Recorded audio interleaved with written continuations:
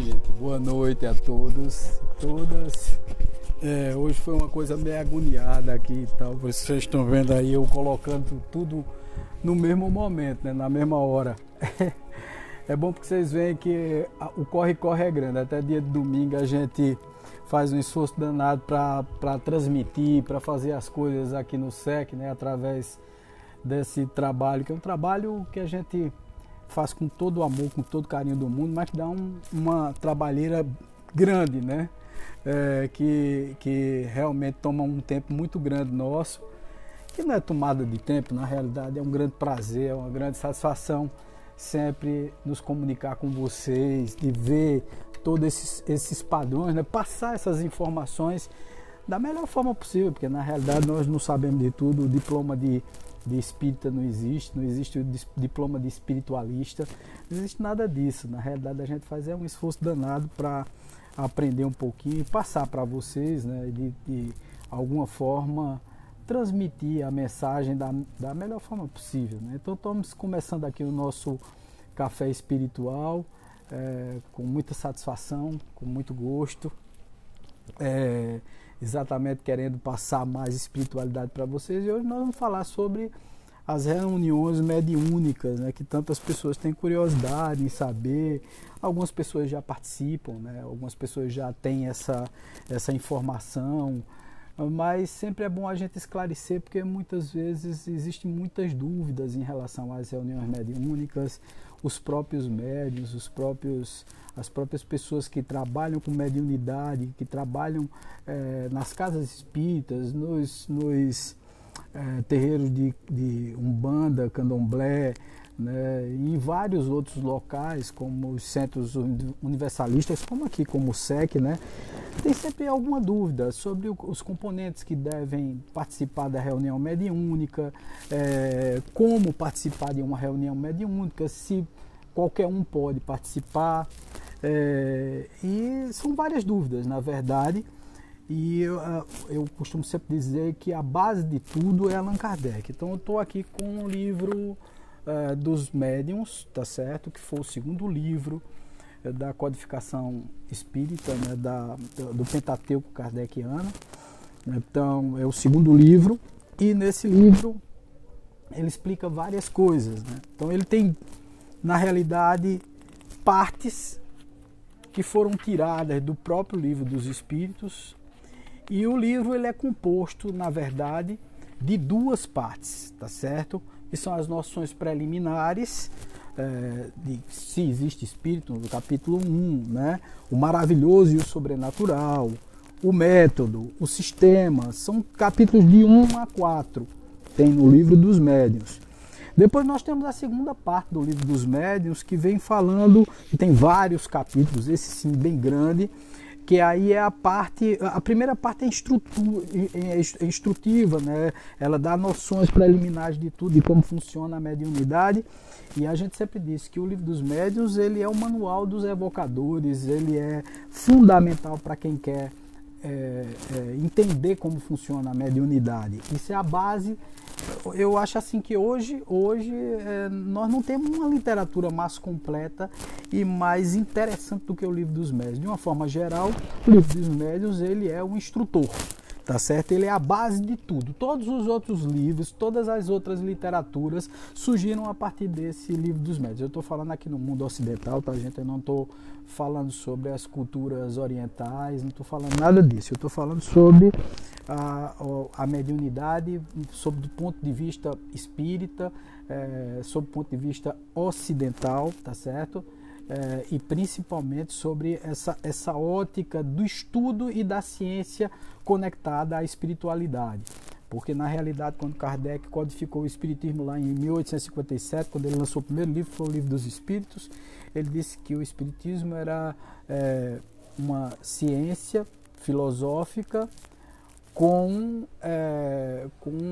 repercussões morais. E aí esse moral virou aqui no Brasil religião. mas que na realidade não é religião. É exatamente essa repercussão moral, porque a partir do momento em que ele começou a pesquisar os espíritos e a falar com eles, conversar com eles, ele descobriu que existia um conceito moral muito elevado em cada resposta que os espíritos davam. E ele procurou saber sobre as questões principais da vida. Por que eu estou aqui? Para onde eu vou? Né? Por que eu existo? O que é que eu estou fazendo nesse mundo? Né? Por que eu sofro? Então, foram perguntas básicas e tal. Perguntou quem era o modelo, o guia e tal. E aí ele falou que era Jesus Cristo. E a gente tem que se basear nisso, pensando exatamente nessa cultura nossa ocidental. Então os espíritos estavam falando conosco, com os ocidentais, não estavam falando com os orientais, tá certo? Mas Jesus é o modelo e guia porque vários avatares e vários espíritos de escola com a mesma envergadura de Jesus também aportaram na Terra, né? Não só foi Jesus, foram vários outros também. Agora, é lógico que para a nossa cultura ocidental, para a religião ocidental, Jesus é realmente um grande exemplo disso tudo, né? Mas nós temos na cultura oriental Buda, nós temos todos os outros gurus da Índia, né? Então, na realidade, nós temos muitos avatares, né? Nós temos muitos espíritos que aportaram de alta hierarquia, que aportaram aqui na Terra, tá certo? Lógico, nós espíritas, eu sou espírita, eu já falei para vocês, há 33 anos que eu estou dentro do espiritismo, sempre defendemos que Jesus é o nosso modelo e guia, e é o nosso modelo e guia realmente. Mas o interessante é que todos os avatares defendem os mesmos princípios de Jesus. Antes de Jesus nascer, já existia toda essa defesa filosófica em relação ao bem. Por isso que apareceu esse braço religioso, o que de alguma forma ajudou, porque ajudou a difundir o espiritismo, porque a nossa cultura aqui no Brasil é uma cultura muito conectada à religião, ao misticismo, a coisas que são conectadas a conceitos e a dogmas e tal, e que terminou sendo facilitado para a doutrina espírita entrar no Brasil por essa porta, que foi a porta da religiosidade. E Chico Xavier foi um grande difundidor da religiosidade espírita aqui no Brasil. Porque aí, na medida em que ele psicografava os livros, a forma dele tratar as pessoas, a assistência que ele dava aos pobres, tudo isso terminou fazendo esse corpo do espiritismo que nós vemos hoje, tá certo? Então nós temos essa primeira parte, que são as noções preliminares, e temos a segunda parte, que são as manifestações espíritas. Aí nós temos no capítulo 1, ação dos espíritos sobre a matéria. No capítulo 2, as manifestações físicas, manifestações inteligentes, teorias das manifestações físicas espontâneas, visuais, bicorporeidade e transfiguração, laboratório do mundo invisível, lugares assombrados. Eu estive visitando um lugar assombrado no ano passado, né, no final do ano passado, né? Natureza das comunicações, quais são as comunicações, que tipo de comunicações, né? Sematologia e tipologia, pneumatografia, psicografia, os médiuns, os vários tipos de médiuns de efeitos físicos, pessoas elétricas, os médiuns sensitivos ou impressionáveis, os médiuns auditivos ou audientes, videntes, falantes, sonâmbulos, curadores, pneumatógrafos e por aí vai. Aí vem os médiuns escreventes e psicólogos, médium mecânico, intuitivo, semimecânico, né? Os médios especiais, a formação dos médios, como formar os médios, essa coisa. Quer dizer, o livro é muito rico, gente. Temos aqui nessa segunda parte até o capítulo 26. Deixa eu ver aqui. Não, até o capítulo 30, desculpa, até o capítulo 32, tá? E toda essa literatura do livro dos médiuns, ela nos coloca exatamente a par sobre tudo que nós devemos fazer dentro da doutrina espírita. Então, a primeira coisa que a gente deve entender é que para uma reunião mediúnica funcionar adequadamente, nós precisamos estudar o livro dos médiuns, estudar espiritismo. Não se admite montar uma reunião mediúnica sem o estudo. O estudo é tudo para o espiritismo, né? Então, na própria doutrina espírita existe uma frasezinha que eu acho fantástica, é assim: Primeira instrução dos espíritos: espíritas, amai-vos. Segunda instrução: espíritas, instruí-vos. Quer dizer, a gente precisa estar instruído, conhecendo o que é que a gente está fazendo, trabalhando com o conhecido e não com o desconhecido, que é um dos grandes riscos. As pessoas até me questionam aqui, perguntam a mim: Wagner, é uma coisa tão rígida, né? Muitas vezes você até conversa com os médicos, pede para que alguns deles não compareçam mais à reunião, e é verdade.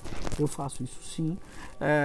Me perdoem, mas eu acho que todo dirigente de casa universalista que trabalha com a mediunidade, todo dirigente de casa umbandista, todo dirigente de casa espírita deve ter um critério muito grande para colocar as pessoas dentro das reuniões mediúnicas. E a gente só sabe se alguém vai ser dedicado ou não só quando a gente começa realmente a ter contato com essa pessoa intimamente, que essa pessoa começa realmente a mostrar quem é dentro da reunião espírita. Não tem como a gente fazer diferente. Muitas vezes as pessoas participam da reunião, né, mostram uma dedicação muito grande e a gente fica impressionado com a pessoa e diz assim: puxa vida, esse médium é um médium dedicado, é um médium muito interessante e tal. Nós notamos a capacidade mediúnica dele, ele demonstra a gente pede, faz alguns testezinhos para ver se tem realmente aquele potencial mediúnico que nós estávamos pensando que ele tem. Ele está dedicado, ele está estudando, mas ele está com um propósito único de entrar na sala de mediunidade, da sala de práticas, para simplesmente matar a curiosidade, para, sei lá, dizer assim: ah, não, eu queria saber como é, então eu quero participar da reunião mediúnica. Quer dizer, não é uma coisa porque ele está estudando, ou porque ele acha que vai ser uma coisa bacana para ele, porque vai ser uma coisa interessante. Não é por isso. Ele está fazendo aquilo lá por pura curiosidade. E por curiosidade, gente, sinceramente, nós estamos dispensando. Porque não é por curiosidade. A curiosidade deve existir, porque curiosidade é bom, é positivo e tal, mas não só a curiosidade. Você deve entrar na reunião mediúnica porque você tem interesse em estudar, você quer desenvolver sua mediunidade, você quer compreender o que acontece com você, você quer se dedicar àquilo ali para poder deixar de sentir as impressões sem entender por que elas acontecem, porque o grande problema é exatamente esse. As pessoas não sabem o que é que está acontecendo consigo próprias. E aí, naturalmente, se acham loucas, se acham incapazes, muitas vezes começam a ficar irresponsáveis, e tudo isso oriundo dessas emoções, dessas sensações que se tem quando se tem a sensibilidade mediúnica, né? Eu falei para vocês em uma outra oportunidade que todos os médiuns são paranormais, mas nem todos os paranormais são médiuns. Isso se explica, tá, gente? Porque existe a paranormalidade anímica, quer dizer, que vem da própria alma, que é a própria pessoa. E aí a parapsicologia estuda muito isso, né, de Joseph Banks Heine. Ele estudou muito isso no meados do século, começo do século, meados do século XX, né? E ele estudou muito essa questão das manifestações pessoais, quer dizer, da sua própria alma, do seu próprio psique, você tendo pré-cognições, retrocognições, fazendo telepatia, telecinesia, né, movimentando objetos, e tudo isso por conta do teu próprio cérebro. Você tem uma capacidade paranormal, mas você não se comunica com os espíritos. Se os espíritos não estão se comunicando através de você, você é um paranormal não médium, né? Você não é médium, você é um paranormal.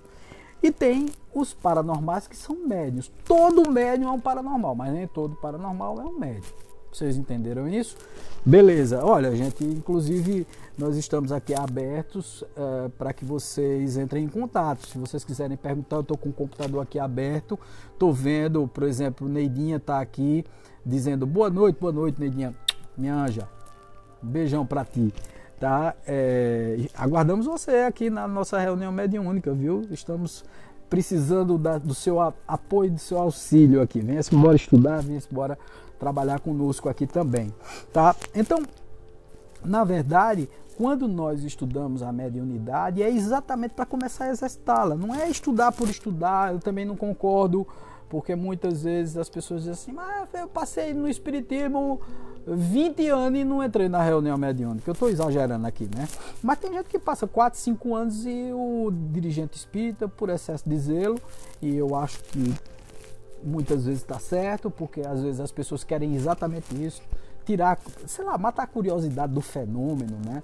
E não é isso que nós buscamos no espiritismo. Não é o fenômeno que importa, e sim o auxílio que nós vamos dar, o desenvolvimento que nós vamos ter, e principalmente o desenvolvimento humano e a ampliação da nossa própria consciência. Eu acho que isso é que é o fundamental nesse desenvolvimento mediúnico, nesse estudo mediúnico, porque nós precisamos estudar bastante a mediunidade e entender o que ela representa para nós como ser humano. Nós recebemos essa sensibilidade a mais quando viemos reencarnar. E aí nós precisamos entender como funciona toda a estrutura.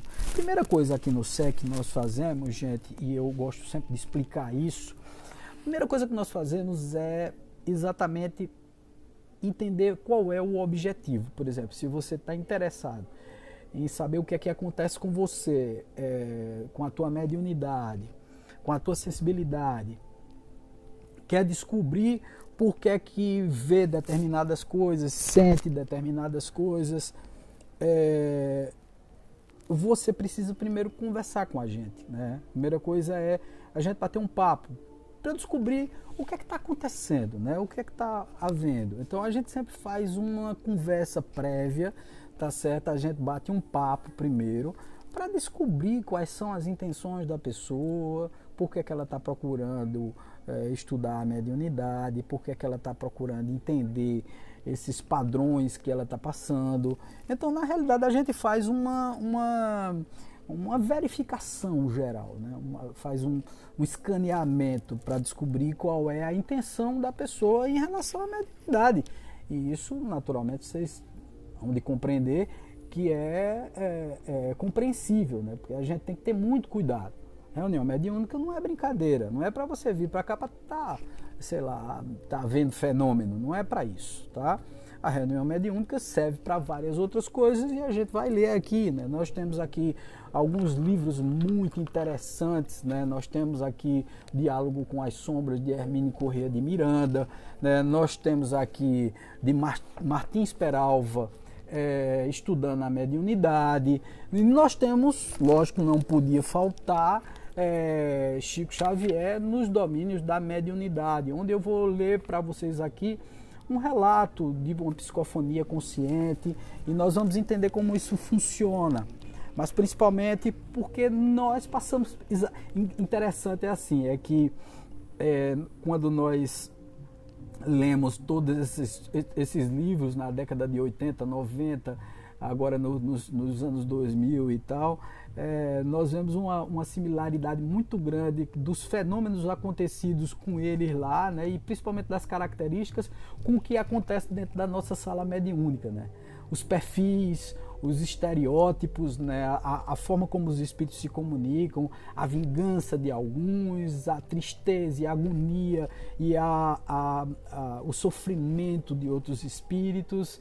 Ao mesmo tempo, nós percebemos a agonia que o próprio médium passa, né, por passar determinadas situações, por enfrentar determinados inconvenientes, podemos dizer assim, porque são inconvenientes, né? Porque muitas vezes a gente é tido como doido, porque na verdade nos parecemos mesmo, muitas vezes a gente se parece meio maluco, porque de vez em quando aparece uma coisa, a gente entra num ambiente, não se sente bem, quer sair dali correndo, quer sair dali rapidamente, as energias nos tomam, nós ficamos zonzos, nós ficamos confusos e tal, queremos fugir daquele ambiente. Outras vezes nós estamos falando só em alguns ambientes, outras sentimos as dores dos próprios espíritos, E lógico que eu quero saber o que danado é que está acontecendo comigo. Muitas pessoas me procuram assim, falam, eu acho que eu estou ficando doido.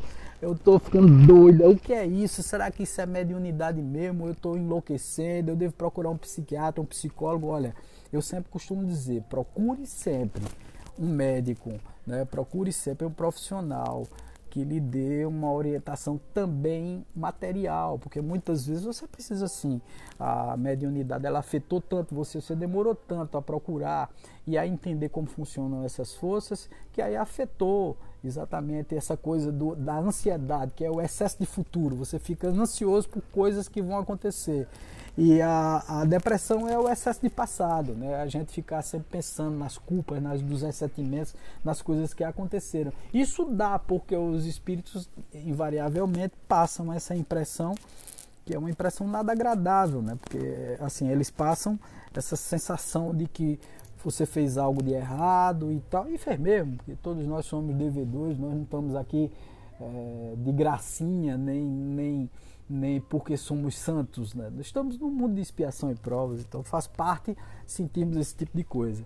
Então, você veja que, começando a estudar o Livro dos Médiuns e entendendo o Livro dos Médiuns, você parte para determinadas obras que são fundamentais. Por exemplo, eu costumo sempre dizer que o livro Diálogo com as Sombras, de Hermínio Corrêa de Miranda, ele fala muito sobre, por isso que ele diz diálogo com as sombras. Um dos maiores equívocos que nós temos quando vamos entrar numa reunião mediúnica prática mesmo, né? Não nos estudos, os estudos eles são preliminares, mas numa reunião prática, é achar que temos moral suficiente para doutrinar alguém. Nós não temos moral para doutrinar, tá certo? Temos que ter assim, uma consciência muito ampla em relação a isso. Nós não somos um exemplo moral. Então, muitas vezes é assim, você, isso falando com o espírito, né? Você deve se corrigir, você deve amar mais e tal, bababá. Outro dia eu publiquei aí um texto onde o dirigente espírita é desancado pelo espírito, né? E o espírito é um espírito benfeitor, que chega ali para dar uma lição de vida naquele dirigente espírita que se achava muito superior e ele mesmo estava alimentando o ódio. Então, na realidade, não é doutrinar, é dialogar.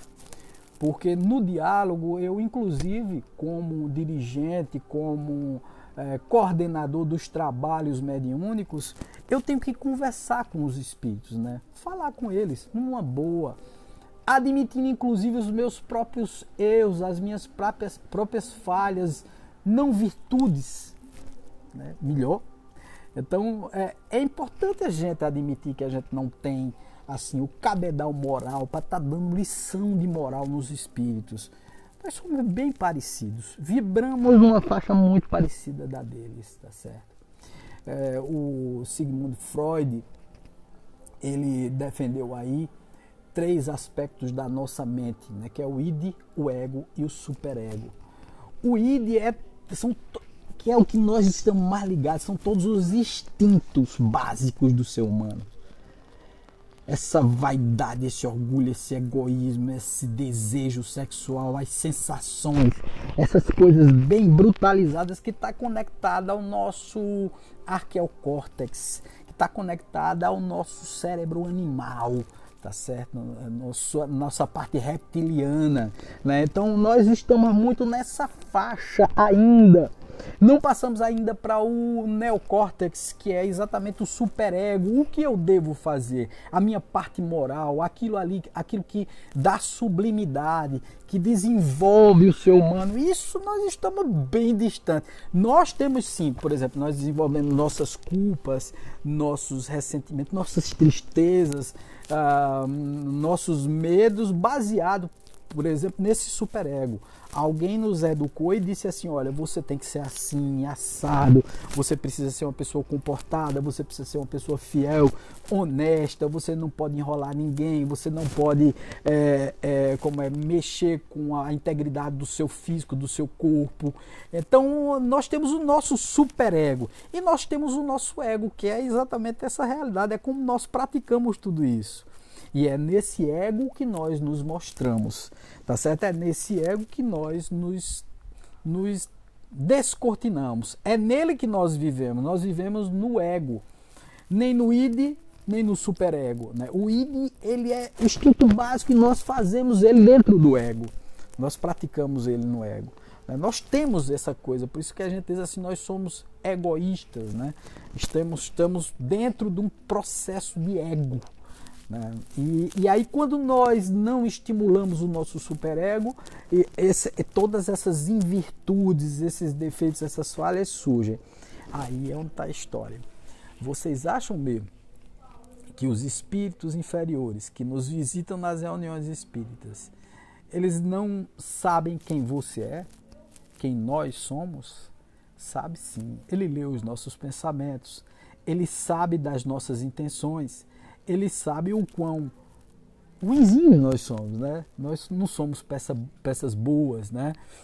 E eles sabem tudo isso, eles têm a exata concreteza desse pensamento de que nós não somos lá boa bisca. Aí eu chego dando lição de moral. Não é bacana. Então o Antônio Hermínio Corrêa de Miranda, desculpa, com o Diálogo com as Sombras, ele fala muito nisso, né? Então ele diz aqui nesse capítulo, que é o capítulo 1, que é a instrumentação, o grupo. Então ele diz assim, voltemos à pergunta formulada na instrução. Em primeiro lugar, o preparo que consiste na educação e na instrução dos componentes do grupo que se planeja, nos leva a outro quesito preliminar. Quem devem ser os componentes? Aí onde está. Se eu falei que todos nós temos defeitos e tal, os componentes de uma reunião espírita devem ser puros. Existe gente pura no mundo, existe gente que não falha, gente que não erra. Um outro dia, conversando com uma grande amiga, então, uma colega, ela disse que tinha muito medo de entrar na reunião mediúnica para não ser desmascarada ou desancada por algum espírito daquele ali que vai chegar na reunião e vai dizer, você fez isso, você fez aquilo. Gente, eu não conto às vezes que eu fui desafiado dentro da reunião espírita, da reunião mediúnica, me chamando de tudo quanto é de coisa, tá entendendo? E eu tive que superar tudo aquilo. Por quê? A gente precisa, naquele mesmo momento, fazer uma catarse, até dos nossos comportamentos diários, de ressentimento, de irritação, de egoísmo, de falta de humildade. Não é só coisa do passado, não, onde nós fizemos alguma coisa muito errada no passado e eles vão nos descobrir ali, ou então coisas de uma outra encarnação. Não, são os vícios, os probleminhas que nós criamos no presente, no passado presente, né? De ontem, de anteontem, né? Dos orgulhos, nas discussões que nós pegamos na internet, nesse blá blá blá, nesse bafafá que tá aí a vida da internet, do Facebook, do Instagram, tá todo mundo se agredindo, uma coisa terrível, feio mesmo, né? E vocês acham mesmo que os espíritos notam isso? Poxa, Wagner, lógico que notam, tá? Lógico que percebem isso. Gente, ó, eu tô vendo que algumas pessoas fizeram perguntas aqui, não foi só um. Antônio Manuel, já eu te respondo, Antônio. Só dá um tempinho aí que a gente já responde aí o seu questionamento. Então, na realidade, quem são as pessoas que devem compor os componentes do grupo? Aí ele vem dizendo o seguinte, a tarefa começa, pois, com a seleção das pessoas que deverão participar dos trabalhos. Como todo grupamento humano, este deve também ter alguém que assuma a posição de coordenador, de condutor. Eu sou o condutor da nossa reunião aqui, tá certo? É preciso, não obstante, muita atenção e vigilância desde esta primeira hora, certo? Quer saber quem é que vai colocar dentro da reunião mediúnica. Esse motivador ou iniciador não poderá fugir de certa posição de liderança, mas é necessário não esquecer nunca de que tal condição não confere a ninguém poderes ditatoriais e arbitrários sobre o grupo. Por outro lado, o líder ou dirigente terá que dispor de certa dose de autoridade exercida por consenso geral para disciplinação e harmonização do grupo. Liderar é coordenar esforços, não impor condições. O líder natural e espontâneo é aceito também com naturalidade e espontaneidade, sem declarar-se tal. É até possível que nos trabalhos preliminares de organização do grupo surja a sutil faculdade da liderança em pessoas nas quais mais inesperada ela parecia. Nessas condições, aquele que iniciou a ideia deve ter grandeza suficiente para reconhecer que o outro, que revelou melhores disposições, está mais indicado para a função do que ele próprio. Num grupo espírita, todos são de igual importância. Então, veja só, o líder espírita, ele precisa liderar. Liderar não é chefiar, não é impor, não é ser chato, nem nada disso. Tá certo? Então aqui, a gente tem sim disciplina, a gente tem tudo isso, mas eu sempre converso com os meus médios, bato um papo, eu sempre coloco coisas nos nossos grupos de WhatsApp, sempre pergunto, sempre questiono, faço uma reunião por mês. Aqui nós estipulamos que uma vez por mês nós vamos reunir os médiuns para poder conversar, inclusive até não houve a reunião desse mês, nós vamos fazer a reunião desse mês, foi visto isso mês passado na primeira reunião, e esse mês nós vamos nos encontrar novamente. Porque é fundamental tudo isso. Uma outra coisa dentro da reunião espírita é em relação aos próprios médiuns. A gente tem que ter muito cuidado. Então, ele vem dizendo aqui, o problema das rivalidades é tão antigo como a própria mediunidade. O apóstolo Paulo tratou dele a sua notável primeira Epístola dos Coríntios, capítulo 12, 13 e 14, especificamente nos versículos 4 a 30 do capítulo 12. Primeiro passo, portanto, que deve dar alguém que pretende organizar um grupo mediúnico é selecionar as pessoas que irão compô-lo. É bom que isso se faça mesmo antes de se decidir o tipo de trabalho, que tipo de trabalho será executado, do que falaremos mais adiante. E quem será incumbido na direção das tarefas? Os motivos são de fácil entendimento. Em primeiro lugar, o problema da liderança, a que acima aludimos, é possível que a pessoa mais indicada para dirigir os trabalhos não seja aquela que propõe de início a organização do grupo, que a gente conversou, né, anteriormente, cumprindo-lhe provar no decorrer das gestões preparatórias a força tranquila e segura da sua personalidade. Em segundo lugar, o grupo será a soma dos seus componentes, disporá de forças de cada um e terá como pontos fracos e fraquezas dos seus participantes. Em terceiro lugar, a natureza dos trabalhos a serem programados dependerá dos dirigentes, tipos de mediunidade que for possível reunir, do grau de sensibilidade, tato, inteligência, conhecimento e evangelização de cada um e de todos e da qualidade do relacionamento pessoal entre os que se propõem a trabalhar junto nesse campo. Então, significa dizer que nós precisamos reunir um grupo muito comprometido, entender quem está fazendo parte do grupo e saber se essas pessoas estão comprometidas com a mediunidade. Gente, mediunidade, por exemplo, uma das grandes dificuldades é exatamente essa. É que nós devemos selecionar médico como selecionamos funcionário dentro de uma empresa. Nós queremos os mais competentes. Médios não é competente por ter a mediunidade melhor uma do que o outro, não é essa a questão. É em relação a nós queremos a competência da responsabilidade. Só que tem um grande problema. Não se paga a médium, né? Então o médium ele faz um trabalho voluntário. O pagamento de um médium é exatamente o sentir-se bem depois das sessões mediúnicas, é exatamente descongestionar essas energias que ficam congestionando durante os dias, né? Toda a sua vida é congestionada por essas energias que você sente e não sabe por que sente. Então, na realidade, é fundamental que a gente entenda isso. É que os médiuns que vão participar precisam de muita responsabilidade e o dirigente espírita precisa chamar a atenção de quem vai participar dos grupos mediúnicos. Se a pessoa vem uma vez por... o principal crivo, gente, é o estudo. Você chamou um determinado grupo, a pessoa diz assim, eu me interessei por estudar mediunidade e tal, ficou animado, empolgado, disse eu quero... bababá e tal, aí não aparece. Diz, olha, eu vou aparecer, aí não aparece. Ou então vem uma vez e 10 não. Significa dizer que dentro da sala mediúnica, da prática, ele não vai funcionar. Mas, Wagner, muitas vezes é porque a pessoa fica ansiosa, doida para entrar já na sala mediúnica. Não. Para entrar na sala mediúnica, a primeira prova é exatamente o estudo.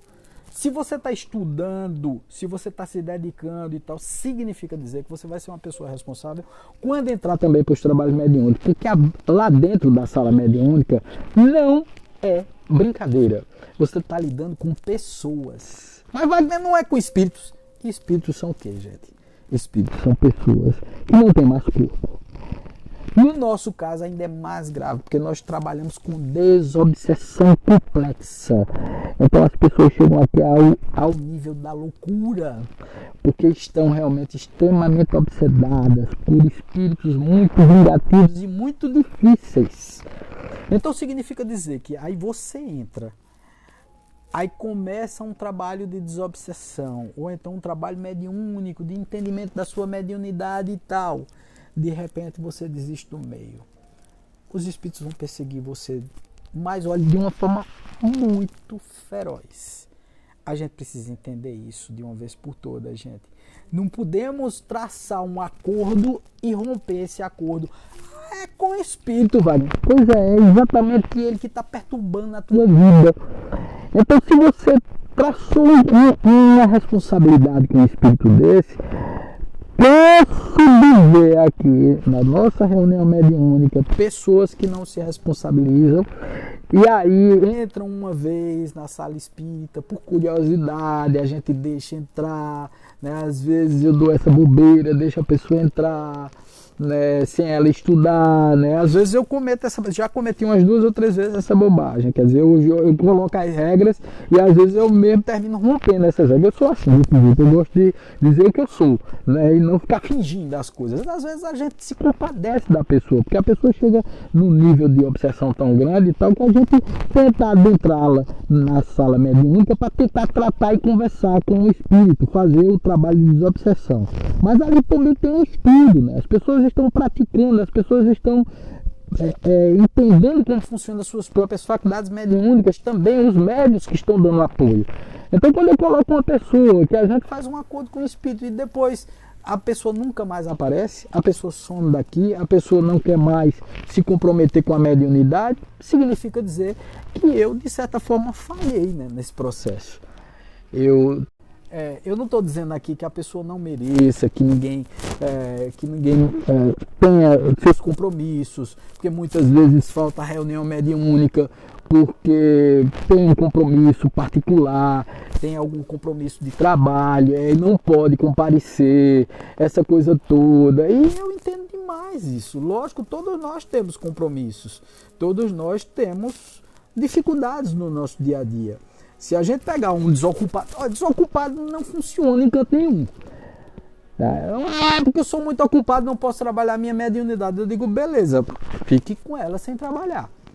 Mas todo médium que vem para cá é ocupado, trabalha, estuda, tem seus afazeres, tem sua família para cuidar. Então todo mundo tem isso, gente. Então, por favor, essa desculpa não me cola, porque todos nós temos isso, a partir de mim.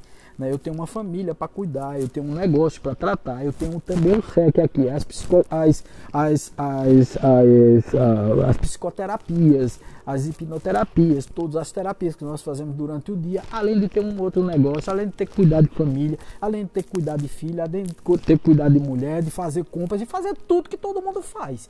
Eu não saí do mundo porque estou trabalhando com isso, não. Eu continuo no mundo, então a minha responsabilidade continua. Então, por favor, não me diz que é porque você é ocupado, porque você tem isso ou tem aquilo, inventando desculpas para poder não trabalhar a sua mediunidade. Bom, mas se você quer trabalhar a sua mediunidade, vem estudar primeiro, depois você entra na sala mediúnica e começa a fazer todo esse trabalho dentro da sala mediúnica.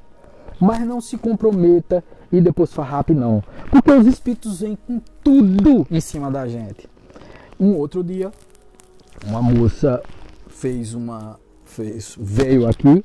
Ela é uma dessas pessoas que a gente se compadece, porque passa por realmente um problema obsessivo muito sério.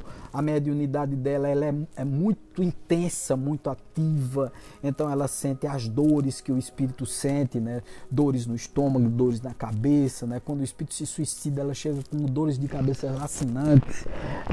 Quando deu um tiro no estômago, tomou remédio, ela sente dores no estômago, chega a se dobrar. Uma vez eu a vi aqui no SEC se dobrando, parecia mais aquele filme O Exorcista, ela virando os olhos e se arqueando no ar. É uma coisa terrível de se ver, tá certo? Então não é uma coisa fácil de se ver. Então eu me compadeço muitas vezes e coloco esse tipo de pessoas dentro da sala mediúnica. Mas essa pessoa mesmo veio uma vez, veio duas e tal, depois não veio mais, aí depois aparece como por milagre em qualquer dia aí e tal, e aí, poxa vida, vem com a obsessão, porque é assim, ela vem, se alivia, vai embora. Aí, poxa vida, os espíritos que disseram que ia pegar ela, que estão transmitindo essas sensações para ela e tal, depois vem para mim e diz assim, ó, Wagner, você não disse que ela vinha? Ela não disse que ia se comprometer, tá vendo? Tá vendo que ela não vai se comprometer? Eu me comprometi a deixar ela em paz. Eu me comprometi a não pressioná-la. Eu me comprometi a não criar um caso com ela, mas só se ela trabalhasse, só se ela viesse, se ela modificasse o pensamento dela. Mas aí a pessoa vem e não modifica o pensamento. A pessoa não modifica a forma de ser, além de tudo, não estuda a mediunidade, continua praticando as mesmas coisas, continua repetindo os mesmos erros, porque isso faz parte do estudo mediúnico, a mudança íntima. Já dizia Hipócrates, eu já até citei essa frase na sexta-feira, na nossa palestra sobre doenças, o pensamento e as doenças. Hipócrates dizia assim, antes de curar alguém, pergunte se esse alguém está disposto a abandonar o que o adoeceu. Então, na realidade, é assim, tá? Em qualquer trabalho terapêutico, mediúnico e até médico, você precisa perguntar ao teu paciente, cliente, assistido, olha, você quer melhorar? Vamos descobrir o que causou isso, vamos na causa, não vamos no efeito, vamos trabalhar a causa disso tudo. Você fez algo que movimentou tudo isso que você está sentindo. Então você precisa modificar. Se a pessoa não está disposta a modificar isso, principalmente na área espiritual, gente, tudo vai voltar. E na área material volta também, tá certo? O Hipócrates, naquela época, o que era que ele fazia? Por exemplo, alguém teve uma febre, ele preparava, fazia os preparados dele, médicos e tal, na época, fitoterápicos, aplicava na pessoa, os angüetos, essa coisa todinha, e dizia, me diga o que levou você a ficar dessa forma. Vamos descobrir as causas, porque descobrindo as causas a gente vai nelas e você não vai repeti-las mais, porque se você repetir, você vai ter febre de novo, você vai ter isso de novo. Da mesma forma é a mediunidade, tá? Se os espíritos estão te perseguindo, se estão atrás de você, se estão te dando sensações ruins, você anda tonto, você anda enjoado, você anda com dores e que não são suas dores. Se você anda com depressão, com ansiedade, com tudo isso causado por essas entidades espirituais, tem tudo a ver você primeiro cuidar das causas disso tudo. Então, se a pessoa não cuida da causa, certamente os efeitos vão aparecer novamente e é como se a gente tivesse aqui no SEC enxugando gelo. A gente não gosta de enxugar gelo, tá? Ninguém gosta, né? Não dá para enxugar gelo, tá? Então os espíritos aparecem e dizem, e cadê o compromisso da pessoa? Cadê o compromisso? Ela ficou de vir, ela ficou de resolver o problema, ela ficou de melhorar pessoalmente, de estudar. Cadê ela? Cadê? Então a gente fica com a cara no chão, porque o diálogo é assim. O diálogo, e aí a gente precisa dar o braço a torcer nesse momento e dizer, o senhor tem razão. Porque na verdade é isso, embora a gente tente convencê-lo do contrário, dizer que é para o bem dele mesmo, porque esse diálogo com os espíritos é um diálogo muito profundo, gente. É um diálogo filosófico, onde eu digo ao espírito o seguinte, 2 pontos. Amigo, mesmo a pessoa não fazendo a parte dela, faça a sua, para você se aliviar. E Martins Peralva, né, ele fala sobre tudo isso aqui, né? Então, veja, desenvolvimento mediúnico, no capítulo 14 do livro Estudando A Mediunidade, Martins Peralva. Esse livro é fantástico. Então ele diz o seguinte: o capítulo Sonambulismo Torturado, que nos forneceu ensejo ao estudo do vampirismo, é rico em observações, depois a gente vai falar sobre esse vampirismo, relativas aos variados processos de resgates, os quais se expressam no mundo à maneira de complexos distúrbios mediúnicos. Fixemos gráficos à base da análise do assunto. Então ele diz o seguinte: quem são os protagonistas do vampirismo ou da obsessão, qualquer ela que seja? São devedores, quer dizer, pessoas que devem, devedores diretos e indiretos, que são cúmplices, pessoas que estão no grupo karma, pessoas que estão conectadas à família. Você pode ver que o obsessor, ele não só obsidia aquela pessoa que é médium, ele termina obsidiando a família inteira começa a sofrer ao redor, porque passa por todos os problemas que ele causou. Porque faz também parte. A Wagner, ele é culpado também. É culpado também. Se ele tá ali naquela família, gente, nasceu numa família e tal, tá ali junto e tal, faz parte da mesma estrutura kármica, da mesma estrutura de débitos, de acertos, de ajustes, de resgates. Faz parte, tá certo? Eles estão ali para isso mesmo. Ele ainda fala assim: processo de auxílio. Primeiro, o que é que a gente faz? O auxílio magnético. Depois a gente conversa com os espíritos, são os auxílios verbais ou auxílios que articulam um pensamento. Um outro dia o espírito, esse negócio de articular o pensamento e de conversar com os espíritos, então tem um espírito que foi inclusive doutrinado, era obsessor de uma pessoa muito querida nossa, e eu conversei com o espírito e tal, ele foi para a erraticidade, foi ser cuidado, mas sobre o aspecto da pessoa se melhorar, da pessoa estudar, né, da pessoa tentar ajudar as pessoas, entrar na faixa de amparo, né, auxiliar através da doação dela, não é doação de dinheiro nem nada disso, gente, esqueçam isso, não tem nada a ver com isso, não tem nada a ver com firmeza, com o negócio de acender vela, não tem nada disso. Você quer acender vela, acenda, faz bem também, tudo é bom, tudo é gostoso, é bacana, tá certo? Mas não é isso, né? Então a pessoa se comprometeu e esse espírito ficou muito satisfeito com a minha conversa, porque aí depois ele foi para a erraticidade, teve as instruções dele lá no astral, né? Conversou com os amigos espirituais lá, os mentores, os mestres, ficou muito satisfeito, muito contente e tal, e aí ele voltou um desses dias e disse assim: você tem papo de vendedor. E eu achei isso muito curioso, porque porque é o seguinte, você precisa saber se articular bem. É um papo, são técnicas de comunicação. Como eu passei muitos anos na minha vida, auxilia demais. Você veja que a vida material e o que a gente aprende nas faculdades e tal, nos auxilia demais. Eu fiz administração de marketing, né? Além do direito, de ser formado em direito, sou formado em administração de marketing, tá? E minhas pós-graduações são nessa área. Depois foi que eu virei psicoterapeuta, essa coisa toda, né? Mas a minha formação é essa, e eu dei muita instrução, dei muito curso de oratória, e isso ajuda demais na hora de conversar com os espíritos, porque a argumentação vem fácil, né? E a gente consegue dizer o que. E aí os espíritos dizem assim: ah, você tem papo de venda, já um ou dois, se for sua conversa é muito bonita, sua conversa é muito interessante isso. Mas eles sentem que a conversa que eu estou tendo com eles é uma conversa sincera. Não é uma conversa para boi dormir. Não é uma conversa para dizer assim: ah, não sei o que, você é ruim, eu sou bom. Não, eu digo logo, meu amigo, veja, não adianta você vir me acusar de que eu sou ruim nem nada, que eu sei que sou. Eu sei que tenho minhas falhas e os meus defeitos. Estou aqui para corrigi-los. E aqui eu estou tentando ajudá-lo também nesse processo de melhoria íntima. Melhore-se intimamente. Você não depende da outra pessoa para melhorar. Então, se o teu obsidiado, a pessoa que você está obsidiando, está fazendo errado, não está vindo estudar, não está vindo se aperfeiçoar, melhore você.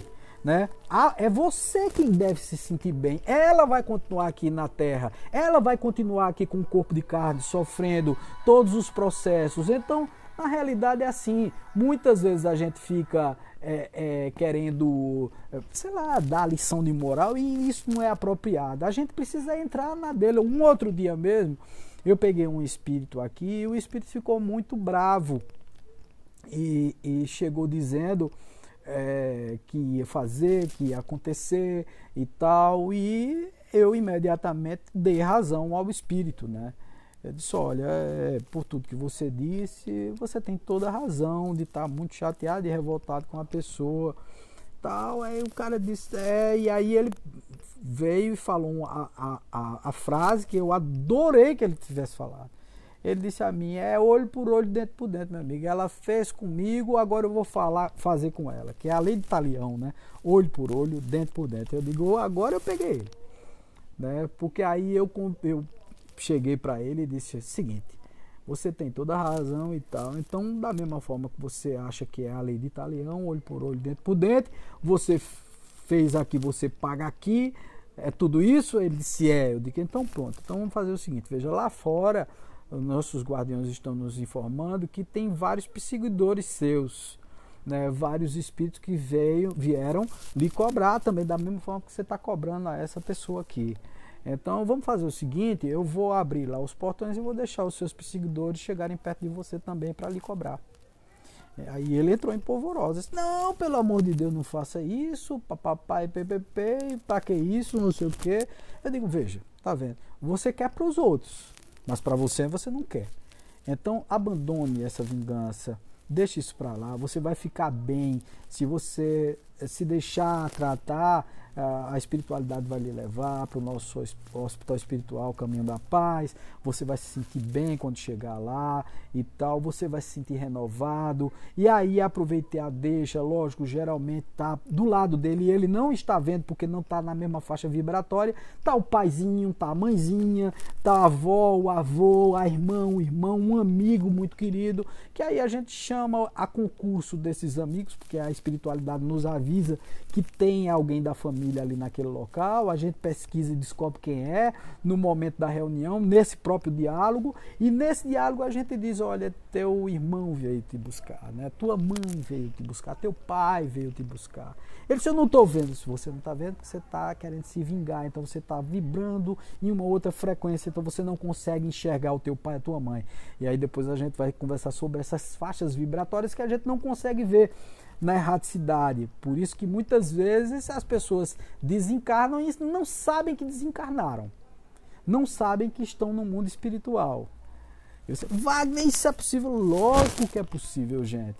A partir do momento em que você não está na mesma faixa vibratória, e que você desencarnou e ficou lá procurando, e você está muito conectado à sua família, você está muito conectado a dinheiro, aos bens que você tinha, às coisas que você possuía aqui na Terra, aos vícios, às manias, às paixões, naturalmente que você não vai estar na vibração de pensamento, de sensações, nem vai conseguir enxergar aqueles que mais você ama.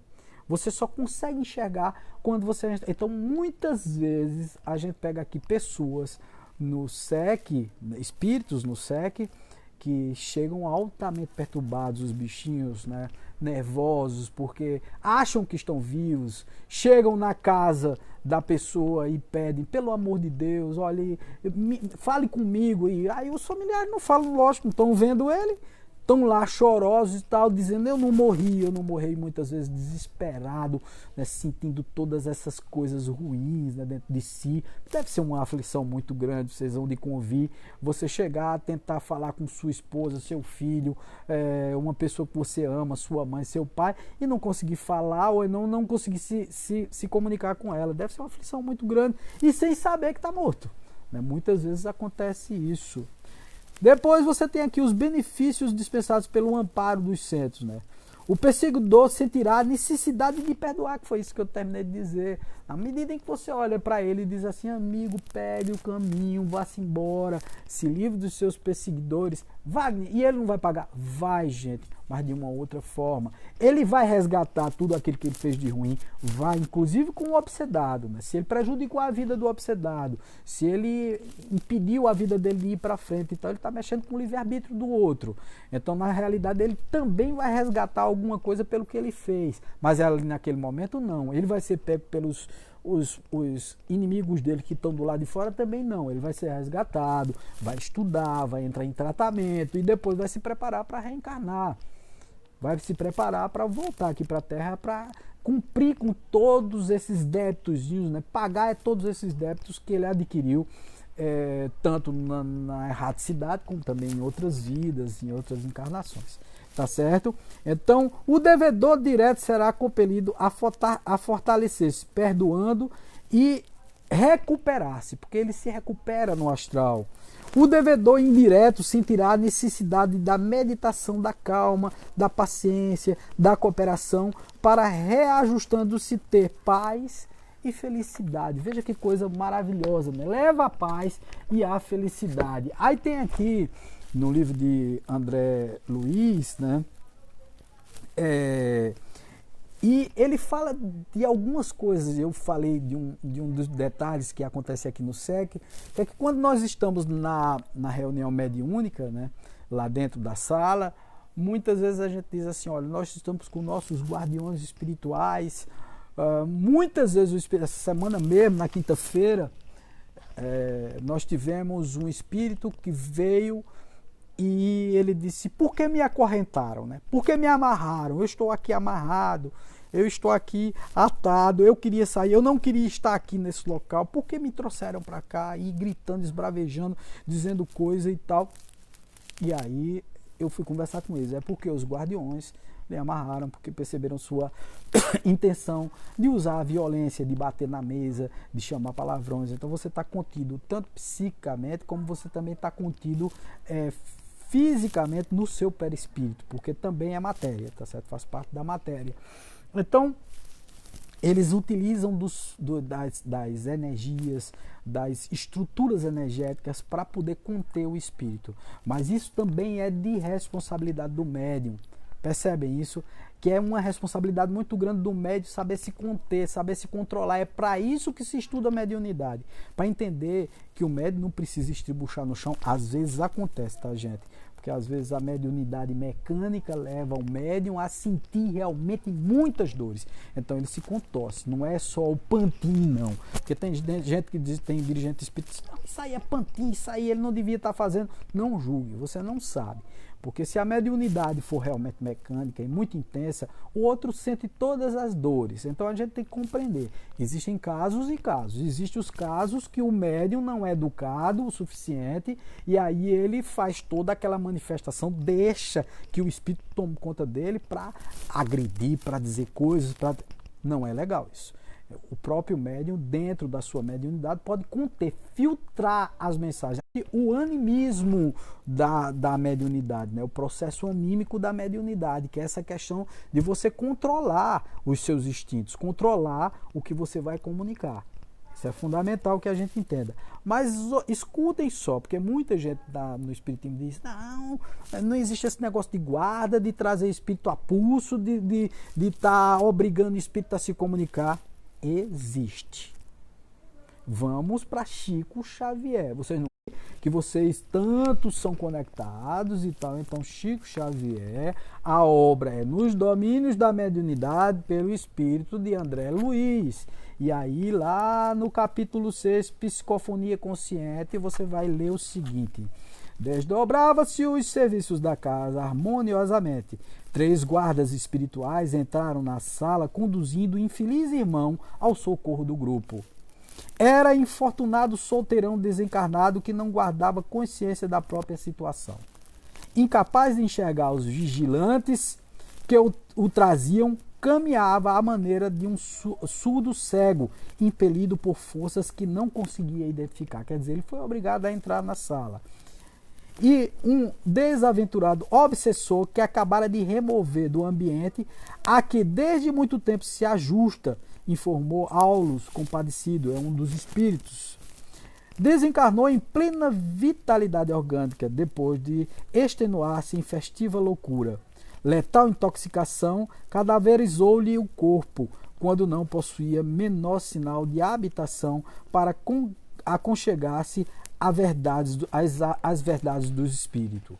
Então significa dizer que está aqui, gente, olha, os guardiões muitas vezes trazem o espírito à força, sim, e é preciso trazer a força, tá certo? Muitas vezes nos livros que você pode ler assim à vontade, tanto esses livros aqui, olha, por exemplo, Diálogo com as Sombras, de Hermínio Corrêa de Miranda, os Domínios da Mediunidade, pelo Espírito de André Luiz, psicografado por Francisco Cândido Xavier, Estudando a Mediunidade, de Martins Peralva, todos eles editados pela FEB, Federação Espírita Brasileira, que muitas vezes tem uns conceitos muito acanhados. Aliás, eu costumo sempre dizer que espiritismo no Brasil deixou de ser espiritismo faz tempo. Né? A gente tem aí uns conceitos muito malucos e tal, porque as pessoas estudam muito pouco o espiritismo da forma como tem que ser. O espiritismo tem que ser estudado, gente. O espiritismo tem que ser experimentado, tem que ser ciência, tem que ser uma coisa realmente profunda. E toda casa que se propõe a conversar com espíritos tem que saber qual é a origem desses espíritos, que espécie de espírito você está tendo contato ali. Aqui mesmo, nos domínios da mediunidade, você tem as espécies de espíritos. Também em Diálogo com as Sombras, você tem as espécies de espíritos, tá certo? Você tem aqui, olha, vê só para vocês terem uma ideia, isso é editado pela FEB, tá, gente? Então você tem aqui, ó, o campo de trabalho, o problema, o poder, a vaidade, o orgulho. Aí você tem aqui, ó, veja, alguns espíritos que podem se manifestar.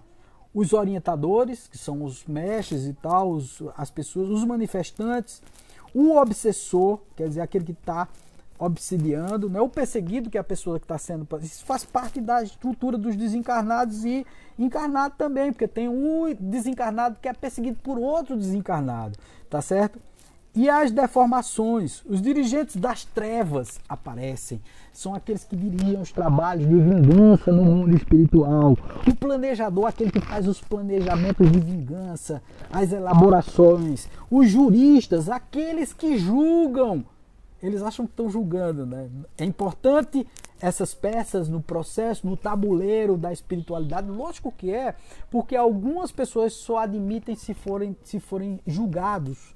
Só se corrigem se forem realmente punidos lá no plano espiritual. E existe isso lá, gente. Existe, porque é consciencial, está dentro da minha cabeça. Você tem aqui o executor, aquele que executa o processo, às vezes processos de ovoidização, de perda da forma perispiritual lá, de castigos terríveis, psíquicos e às vezes materiais, na matéria sutil do corpo, do perispírito, tá certo? O religioso, o materialista, tem o intelectual, o vingador, temos magos e feiticeiros, os magos negros e os feiticeiros, os magnetizadores e hipnotizadores. Essa semana agora, na quinta-feira, no nosso estudo, eu mostrei como um hipnotizador, um espírito hipnotizador pode fazer. Eu utilizei da hipnose, que eu conheço, que eu trabalho e tal, para mostrar o que o espírito pode fazer com o desencarnado, hipnotizando-o ou magnetizando-o. Então, é muito importante a gente entender que tem tudo isso na espiritualidade. Você tem também todas as espécies de espíritos que lidam com sexo, mulheres e homens, que são os incubos e sucubos, ou íncubos e súcubos, seja lá como você queira chamar, tá certo? Os íncubos sendo exatamente os homens e os súcubos as mulheres. São espíritos que se aproveitam da energia sexual, os vampiros espirituais que sugam sua energia vital através dos vícios que você tem, a bebida, o cigarro, a droga, o sexo. Tudo isso gera vampiros espirituais. Nós temos as larvas espirituais, nós temos as bactérias, as formas de pensamentos instaladas, os chips instalados para que você mantenha um pensamento padrão, daquele pensamento que lhe oblitera os sentidos e a vontade de viver, a vontade de criar, a vontade de trabalhar. Você fica preguiçoso e tal, ocioso. E não tem nenhum espírito ali, foi alguém que lhe pegou no sono, durante o sono do seu desdobramento, levou para um laboratório nas sombras e tal, e instalou aquela forma de pensamento em você. A gente pode discutir tudo isso. Eu tenho aqui algumas pessoas que estão nos acompanhando aqui, né? O Mário Neto, a Magda, que deu boa noite amigo, boa noite querida, a Magda, a Meire Barbosa, o Jefferson Campos, a Ana Cléa, o Pederson, O Antônio Manuel que me fez a pergunta, eu vou te responder agora. Josiane Gomes, né? Oi, Josiane, tudo bom, querida? Olívia de Paula, Antônio Manuel, Neidinha eu já falei, Hugo Cavalcante. E aí o Antônio Manuel pergunta aqui, faz uma pergunta muito interessante, e ele pergunta o seguinte, né? Qualquer pessoa pode ser médium? Não. Todos nós, na realidade, somos. Kardec define que médiums somos todos nós. Nós temos, de alguma forma, algum tipo de mediunidade. Mas só são considerados médios, Antônio, aqueles que têm a mediunidade eclodida, que falam, que se comunicam com os espíritos, que escutam os espíritos, que veem os espíritos, que sentem os espíritos no ambiente, né, que psicografam, que psicofonam os espíritos, as mensagens dos espíritos. Esses são considerados médios. Psicopictografia, que pintam através dos espíritos, que criam efeitos físicos. Esses são chamados médiuns. O restante tem sensibilidade. Todos nós temos sensibilidade, mas nem todos nós somos considerados médiuns, embora Kardec tenha dito que médiuns somos todos nós de alguma forma, porque todos nós sentimos aquele arrepiozinho que a gente passa nos cantos e tal, se arrepia, sente aquela pressão no ambiente, né? Muitas vezes a gente fica impressionado. Isso é um tipo de mediunidade, mas muito rudimentar.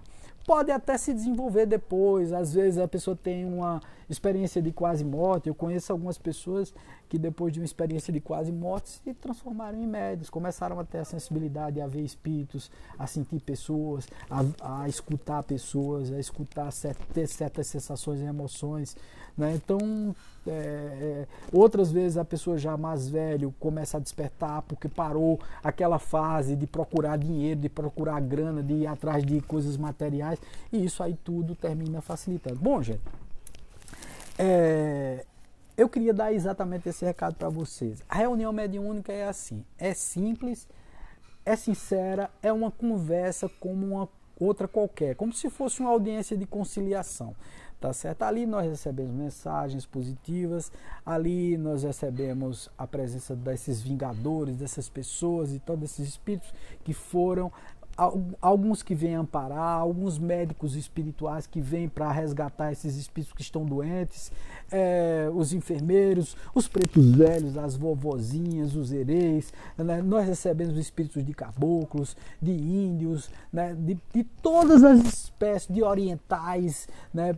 Recebemos entidades também extradimensionais, mas todos eles é a mesma conversa. Seja honesto, seja amável, seja sincero no processo, dialogue com eles em vez de estar dando lição de moral. Não se dá lição de moral em espírito, né? Espírito, ele tem uma percepção maior do que a nossa, não dá nem pra gente dar lição de moral para eles, né? Nós não sabemos nem quem somos direito para estar dando lição de moral a alguém que tem 100% da consciência do lado de lá. Depois que entram na plena consciência, eles têm 100% de consciência e a gente tem só 20%. Nós somos inconscientes, somos verdadeiros zumbis vivendo aqui na Terra. Então a gente tem que ter muita humildade quando for conversar com os espíritos. Por isso esse cuidado tão grande para levar as pessoas para dentro de uma reunião mediúnica prática, né? Que é essa reunião mediúnica que nós chamamos a reunião da Sala Azul, onde nós levamos as pessoas para lá. Tem que ser pessoas sérias, pessoas comprometidas, pessoas que queiram, pessoas que não tenham vaidade com a sua própria mediunidade, porque tem gente que acha assim, não, eu sou médium, então tu tem que me respeitar, lógico que eu tenho que respeitar você, querido, mas você não é melhor do que ninguém.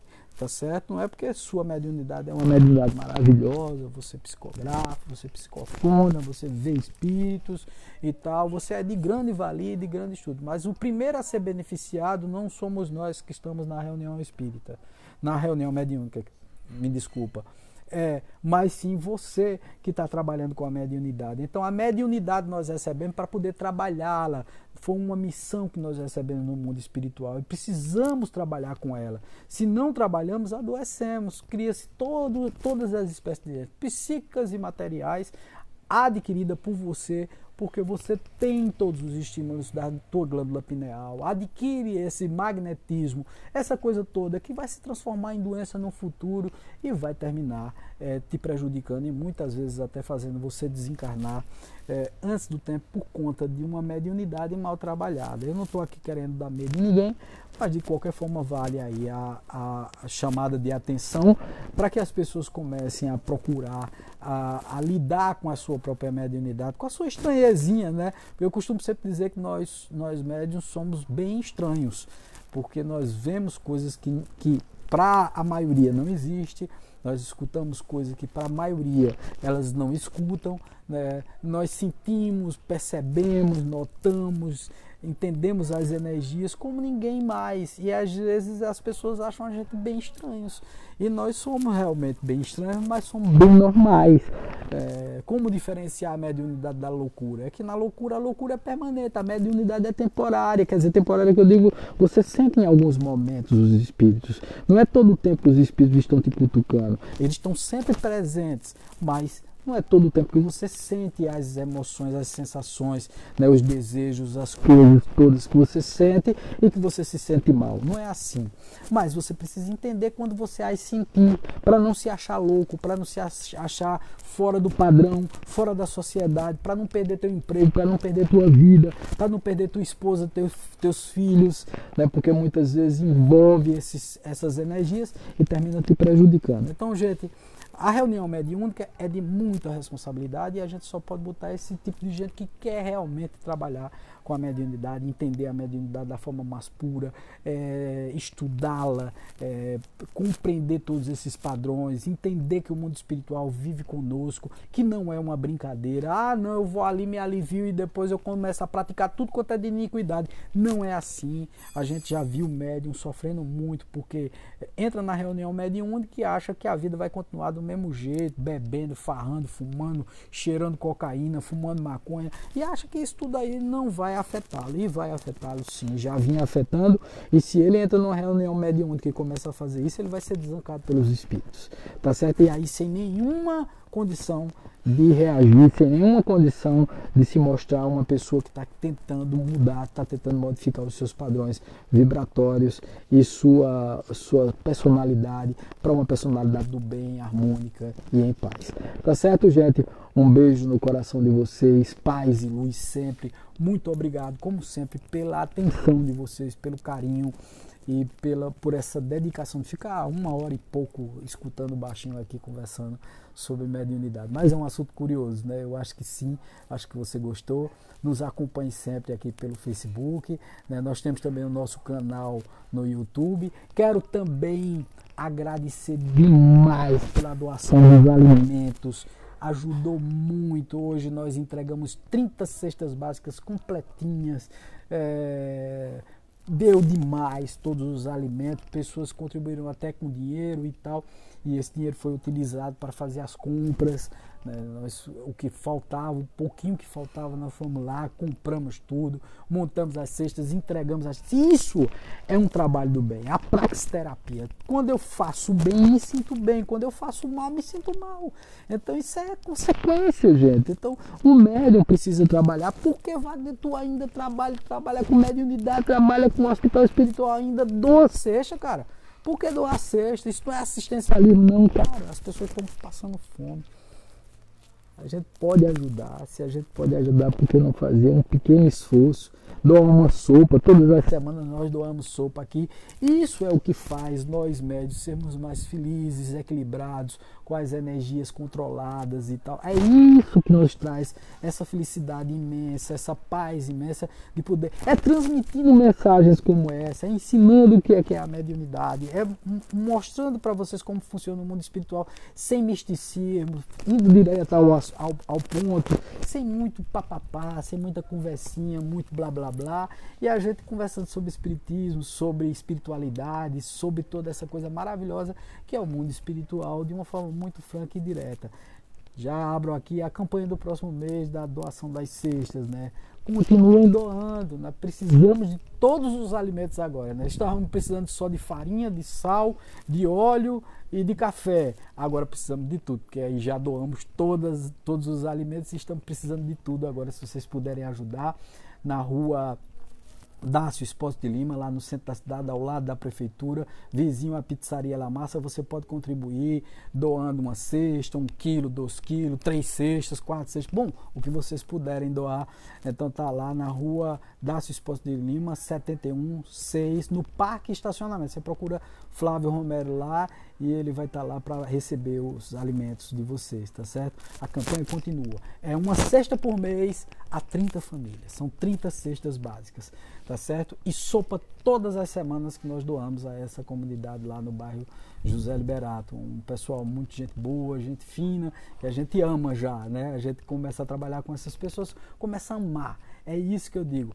Se envolva, entre, participe. Aí tuas energias se equalizam, se tranquilizam e você começa a participar da humanidade. Participar da humanidade é isso, não é fugir dela, é participar dela, é se envolver com ela, é ser bom junto com ela, tá certo? E também entender os sofrimentos que essas pessoas passam.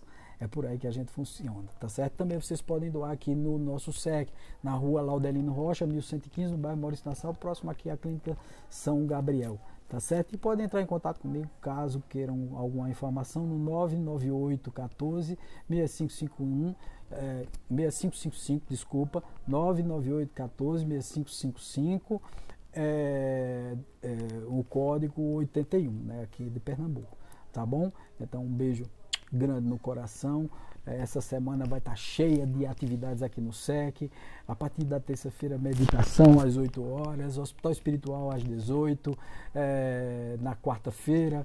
Na quinta-feira nós temos estudo da mediunidade às 19, na sexta-feira nós temos palestra às 20, no sábado sopão, entrega de sopão, no domingo nós temos café espiritual de novo na próxima semana. Beijo forte no coração, paz e luz sempre, sempre, sempre para vocês. Tchau!